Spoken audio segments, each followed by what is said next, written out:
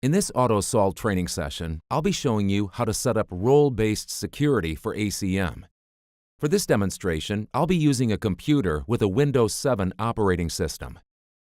ACM allows multiple users to have access to the configuration at one time. If required, ACM can be set up to limit what those users can do in the configuration. To begin, go to your ACM configuration and open the properties of the $ server object in the Configuration Object Tree and go to the Server tab. It's important to know that the role-based security can be turned on or off for your configuration with the Enable User Security checkbox. This allows you to set up all of your permissions before enabling them. If you accidentally turn on user security before setting up permissions or lock yourself out, a local or domain administrator on this server will still have full access. Role-based security in ACM requires the setup of two objects called user and role and is configured based on your individual Windows users or user groups. This means that you will not have to log in when opening ACM, but will be limited to what you can do based on the Windows user or group you are logged in as on your machine. When configured, permissions within ACM are active at a global level and can be overridden at a folder level. To create a user object, first click on the Add button on the ACM configuration toolbar, then click on Other, then select User. You can also get to the Add button by right-clicking on the folder you wish to add the object to. Once you have created your user object, open the Properties. On the General tab, you can give the user object a unique name, enter a description, and enable the user. On the User tab, the first thing to configure is the username or group name field. This is where you enter the domain and username for the Windows user or group you want to assign permissions to. After that, you can select a role object to assign to this user object. If you already have a role object, you can click on the ellipses and select your desired role object in the window that pops up. If you don't have one created, you can simply click the Add button and ACM will ask you where you would like to add the role object in your configuration tree before creating it.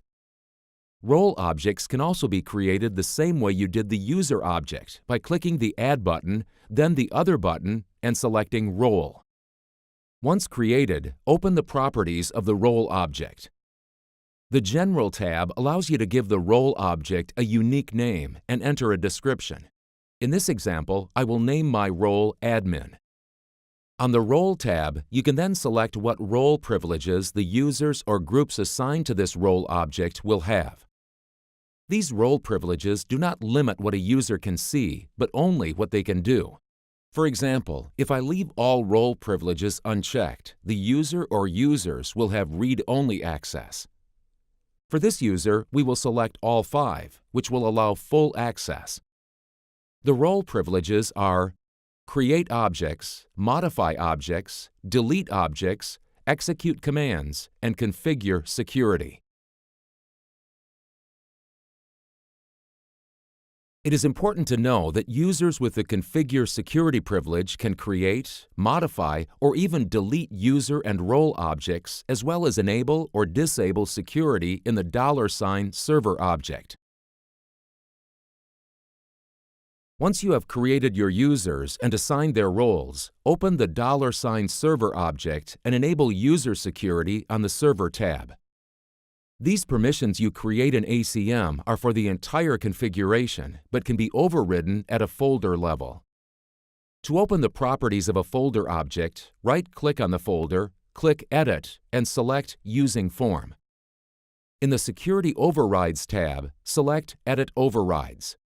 This will open a window where you can add specific user overrides for child objects to this folder. To create an override, click the Add button. This will add a new record to your folder override record collection. If you click on your new record, you will see 3 fields to configure. Record ID is an optional internal identifier which is new record by default. It can be changed to make this window easier to manage when using multiple overrides. Override user is where you select the user object that you would like to override. And override role is where you select the role you would like that user to have for all of the child objects.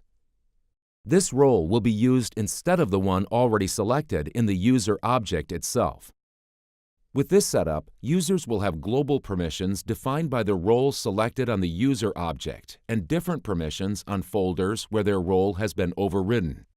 When a user tries to perform a task in the configuration that they do not have permissions for, an error will pop up to notify them that they do not have enough permissions to perform that task. Thank you for watching this AUTOSOL training session. If you have any questions, please go to our website, www.autosoln.com, and click on the Support link for all support options.